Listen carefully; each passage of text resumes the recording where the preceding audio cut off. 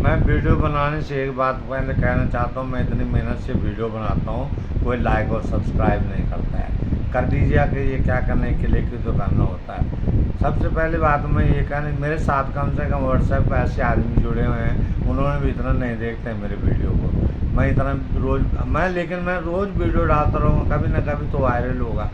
और जितनों ने आज तक ये वीडियो देख लिया है, क्या वो मेरे साथी मिलकर कह सकते हैं कि मन वास्तव में क्या होता है। संसार के स्वामी त्रिकुटी में निवास करते हैं। इस जगह को शिव नेत्र कहते हैं। तृतीय नेत्र और दशम द्वार भी इसी को कहा जाता है।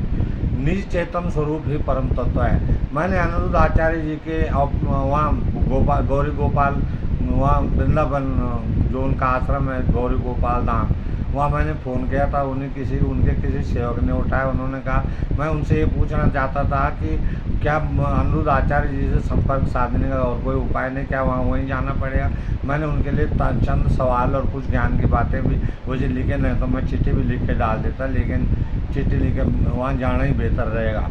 या तो कोई उनका कोई चैनल होना चाहिए, टीवी चैनल, जिसके माध्यम से बात हो रही। मेरा मेन मुद्दा है कि पढ़ने को तो मैंने बहुत पढ़ लिया है, अब मैं पढ़ता भी नहीं हूँ। अब तो मेरा खास करके अखबार पढ़ने को भी इतना मन नहीं करता। किताबें मैंने बहुत पढ़ी हैं। तो मैं पहले भी शायद बता चुका हूँ कि संत कबीरदास जी का एक मैंने ग्रंथ पढ़ा, सतगुरु बीजक। जो उस ग्रंथ को पढ़ लेगा उसे वेद पढ़ने की ज़रूरत नहीं है, क्योंकि उस वेद मंत्र हर उसका एक एक साकी वेद मंत्र है। उनकी कबीर की रामायणी साकी ग्रंथ मैंने पढ़े, मुझे प्रेरणा मिली। मुझे पढ़ने की जो स्वाध्याय की जो प्रेरणा मिली वो मिली मुझे नीति शास्त्र से। नीति शास्त्र जिसने पढ़ लिया उसे, वैसे तो नीति शास्त्र ही पर्याप्त है। आचार्य चाणक्य ने सब शास्त्रों का विश्लेषण करके नीति शास्त्र की रचना की थी। उन्होंने उसमें अपने से पूर्ववर्ती 19 आचार्यों का भी उन्होंने वो किया हुआ है, नाम दिया। तब उनकी सलाह से उन्होंने सब शास्त्रों को, ग्रंथों को पढ़ के उनका विश्लेषण करके अपने पूरे उन सिद्धांतों को नीति शास्त्र के रूप में प्रस्तुत किया। जो नीति शास्त्र को पढ़ लेगा वो राजनीति का प्रखंड पंडित हो जाएगा।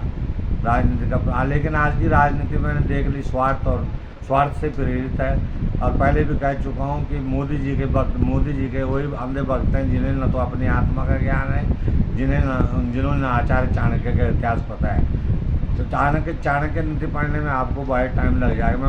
मेरा नाम द्वारिका प्रसाद भट्ट है, मेरे पिताजी का नाम श्री सोहन लाल भट्ट था। और वो चाहते तो मेरे को बहुत पैसा वाला बना सकते थे, लेकिन उन्होंने ऐसा नहीं किया। उन्होंने वो कनाडा भी गए थे, बहुत पैसा कमाया, लोगों को कराया पिलाया, लेकिन मेरे लिए कुछ नहीं। आज मैं, लेकिन सबसे बड़ी बात होती है मेरी मीन राशि है। मीन राशि कहते हैं कि जिसकी राशि मेरा विष्णु योग है, जिसका विष्णु योग होता है वो तो होता है करोड़पति। तो मैं अनिरुद्ध करोड़पति कहाँ हूँ मैं। तभी मैं ज्योतिष में भी विश्वास रखता हूँ, लेकिन 50% अपने कर्म होते हैं, 50% ज्योतिष होता है। ज्योतिष में मेरा पूर्ण विश्वास है, ऐसी बात नहीं है। लेकिन कई लोग ज्योतिष में विश्वास रखते ही नहीं हैं। मेरी मीन राशि, भावुक मेरे में गुण है, अति भावुक मेरे में अवगुण है। भावुक मेरे अंदर गुण है और अति भावुक। मैंने एक विश्वविख्यात ज्योतिष शिरोमणि थे डॉक्टर मान, उन्होंने मेरे बारे में लिखा हुआ था कि मीन राशि वाले कैसे होते हैं, सब कुछ मैं अपने। लेकिन कुछ गुण आदमी में स्वाभाविक होते हैं, कुछ गुण अर्जित भी किए जा सकते हैं, तो पिताजी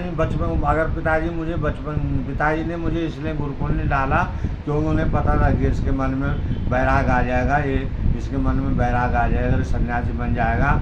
आज अगर मेरा मठ होता तो उस मठ का मैं स्वामी होता, और होता मैं मठाधीश होता। अगर तो स्वामी होता, वो भी ब्रह्मचारी। लेकिन पिताजी को वो नहीं डाला उन्होंने मुझे। लेकिन मरने से पहले मेरे को उन्होंने ज़रूर बोला था कि तूने ज्योतिष होना था धुरंधर, लेकिन अब टाइम निकल गया है। बहुत खुशकिस्मत होते हैं वो लोग जिन्हें समझ और समय से एक साथ मिल जाता है, लेकिन अक्सर देखा गया है जब समय आता है तो समय हाथ से निकल जाता है। तो जो डॉक्टर विश्व उन्होंने मेरे बारे में बहुत कुछ ऐसे लिखा। ज्योतिष में सभी लोग विश्वास नहीं, राशियों के सभी गुण नहीं, मेरी राशि के बहुत से लोग होंगे, लेकिन सब में वो गुण नहीं होंगे जो मेरे में है। सभी राशियों में गुण नहीं मिलते, इसलिए कई लोग ज्योतिष में विश्वास नहीं रखते हैं। मैं नरेंद्र मोदी जी से शर्त लगा सकता हूँ कि जो कितने लोग हैं जो अब मेरा अभी इस पे फ़ोन नंबर डालूंगा मैं, मेरे पे फ़ोन पे बात करें, जो भी मेरा वीडियो देखें, क्या वो मोदी जी से पूछ सकते हैं कि मन वास्तव में, या जितने आज के कथावाचक हैं वो मोदी जी से पूछ सकते हैं, चाहे वो अनिरुद्ध आचार्य जी हों, अनिरुद्ध आचार्य जी मोदी जी से पूछ सकते हैं कि मन वास्तव में क्या होता है। मेरा मैं अपना फ़ोन नंबर भी बताऊंगा, 78 143 39 0 95। चलो ये बाद में, मुझे मोबाइल फ़ोन की इतनी जानकारी नहीं जितना मुझे ग्रंथों का ज्ञान है, क्योंकि मोबाइल में ज्ञान तो बहुत है लेकिन आत्म अनुभूति ग्रंथों से होगी।